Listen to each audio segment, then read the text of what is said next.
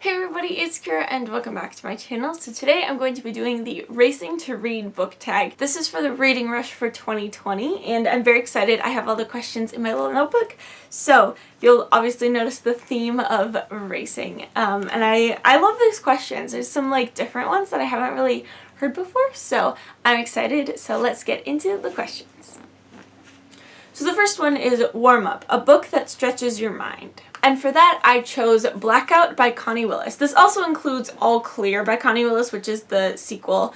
It's just a duology. And the reason that this book stretches your mind, because it has to do with time travel, but also there's a lot of characters within the two books, and they very much overlap. And so you kind of start to figure out who is what is going on.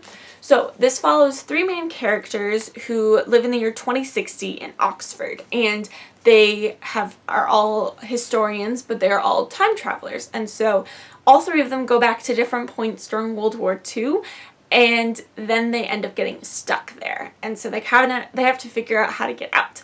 It's a lot of almost more so historical fiction, because all three of them are dealing more with the day-to-day heroism that happened within World War II. And so you get a lot more historical fiction feel, because you have these three characters just living during World War II, and so it's just their experiences as they're living. But then also there's the sci-fi kind of element of time travel and trying to figure out how they're going to get back to 2060.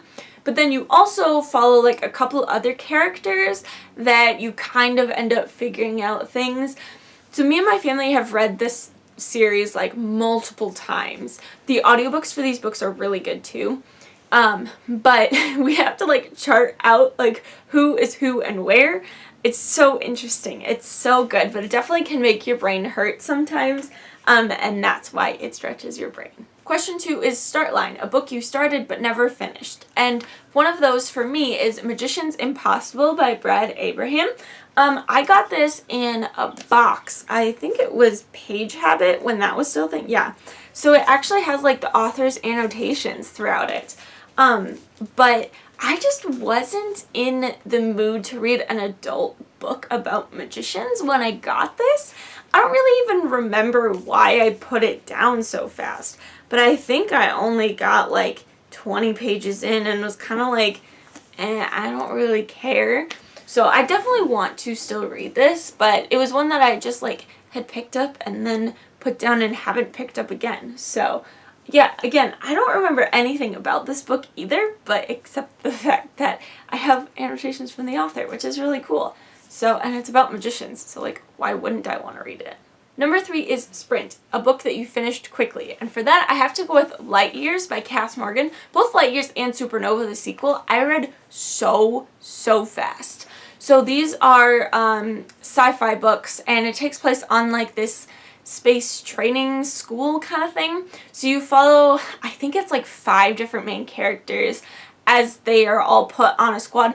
A little bit actually, now that I'm thinking about it, it's a little bit like Aurora Rising, but I think Aurora Rising does it much better. Partly because of just the length. Light Years is a small, it's not small, I think it's 200 to 300 pages, but it's just so fast paced, and so I think Aurora Rising is a lot bigger of a book, and so it has the time to develop the characters a little bit more, which was one of my concerns, and one of the things I didn't really like about Light Years was that all the characters seemed to kind of blend together and we just jumped from one thing to the other so fast. But I definitely sped through both books, both Light Years and Supernova. They're super fast paced, so if you like YA sci-fi that is extremely fast paced, I would recommend these books. They're really fun and enjoyable, but yeah, I completely, I think I read both of them in one day or something, or the majority of it in one night, in a couple hours. It was so fast. So number 4 is Marathon, your favorite long book. And honestly, I feel I don't read a lot of really long books. Most of my books average between 400 and 500 pages, or I'd say between 300 and 500, kind of like in that range of like longer YA, usually YA fantasy. They're a little bit longer, but they're not like terribly long. But I decided to go with Strange the Dreamer by Laini Taylor. This book is so incredible. If you haven't read it, what are you doing? Please go read it. It's the most like beautifully written book I think I've ever read. It is so lyrical and magical and mystical and amazing. And it is like quite a long book too. So I think this is my favorite of the like longish books that I've read.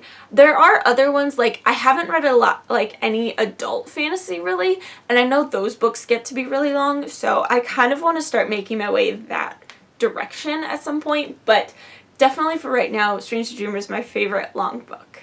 Number 5 is Hurdles. What's a book that had ups and downs?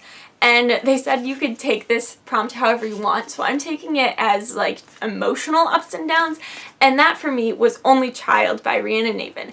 This book destroyed me. So this is told from the main character's point of view, whose name is Zach, and he is a first grader, so he's 6 years old. And he has an older brother named Andy, who's in 5th grade. And one day they are at school and there's a shooter at school and Andy ends up dying. And so Zach is kind of left, Zach and his parents are left to try and figure out how to live their lives after this tragedy. And you get it because it's told from Zach's point of view. It's very simplistic in a lot of ways, but there are so many cool moments and like you really see Zach kind of learn how to like deal with these emotions that he's never really felt before, as well as like, you know, see how like the parents are reacting to their son's death as well. So like so many ups and downs in this book. I mean, a lot of downs as in like sad parts because it is like a really hard topic, but it was so well done and I absolutely loved it and cried my eyes out at the end of it.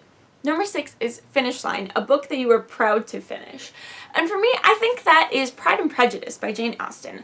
I'm not really interested in reading a lot of classical literature, which is funny because my degree is in literature, so I have to read a lot of classics. This was one that I picked up of my own accord. I really wanted to read it, and like I struggled a little bit with the language, but I did manage to get through it, and I think I read it like two or three times because I listened to the audiobook a bunch as well as physically reading it. So I am like really proud that I managed to read this. I mean, it's not like super hard as far as like levels of like older English and older writing goes, but I really enjoyed my time with it, and which I'm also very proud of. So I think, yeah, I think I'd have to go with Pride and Prejudice. Number 7 is Gold Medal, the best book you've read during a readathon. And honestly, it's hard for me to choose one. I feel like a lot of times during readathons I do rereads just because I find them easier to get through. But I'm just going to pick one from this reading rush, and that is We Crossed a Bridge and It Trembled by Wendy Perlman. So this is a collection of stories from Syrian refugees. So, well, I don't know if they're all refugees, but they're all from Syrian people. And it kind of follows the story of like what happened in Syria, which was so interesting because I knew nothing about what happened in Syria, honestly. I knew that there was a refugee crisis and that was about all I remembered. So it was really interesting, like looking at how the regime there like happened and like what it was like for the average citizen. So Wendy Perlman like interviewed a ton of people. Their names are all in the beginning of this book, and then structured the narrative of almost like chronologically of like what happens, and it was just so incredible to read about, and I think it's definitely one of my new favorite books of all time, I think, and so it's definitely a favorite that I read during a readathon. And then number 8 is Participation Ribbon, an underrated book. So I have 2 for this I'm going to talk about. So one is We Hunt the Flame by Hafsa Faizal. I feel like this book deserves all the praise ever. It is so good, and I really want to reread it like now. The second book doesn't come out till January, which I'm kind of sad about, but I mean, that just means I'm going to reread it like 3 more times before the next book comes out. So this is an amazing fantasy set in this, I don't even know how to describe it, but there's this world, okay, and you have 2 main characters, and the girl is like a hunter, and she is given this quest to go bring magic back. and then the guy is the prince, and he is told but he's also an assassin, and so he's told he has to go and kill the person who's trying to bring magic back, and so they end up meeting, and it's so cool. There's a cool cast of characters, like good found family aspect, amazing romance, like kind of forbidden romance. Oh, it's so good, and it needs to be talked about way more than it is.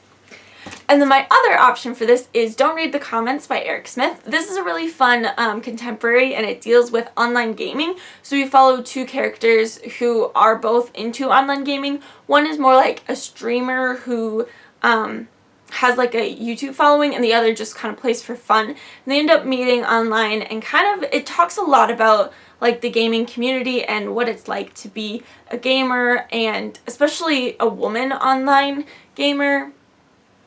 And it's just really fun and nerdy and amazing, and again, needs to be talked about more. So yeah, that's it. That is the Racing to Read book tag. Comment down below, let me know what you guys would answer for these questions. I'd love to chat in the comments below. And yeah, that's it for this video, so thank you guys so much for watching. I hope you enjoyed. If you want to follow me on social media, all my links will be in the description as always. Thanks again for watching, and I'll see you next time. Bye!